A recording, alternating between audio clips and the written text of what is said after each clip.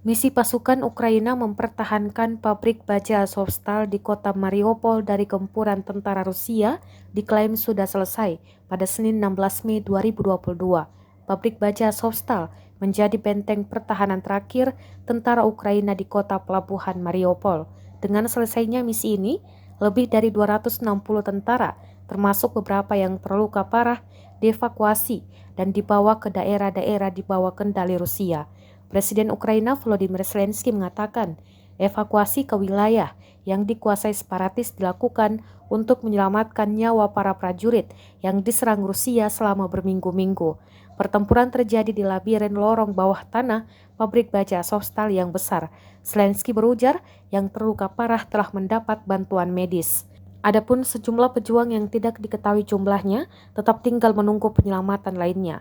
Pasukan yang mempertahankan pabrik baja Azovstal keluar saat Rusia mengalami kemunduran diplomatik dalam perang setelah Swedia dan Finlandia berniat bergabung dengan NATO. Ukraina pun mendapat keuntungan simbolis ketika pasukan dilaporkan memukul mundur pasukan Rusia kembali ke perbatasan di wilayah Kharkiv.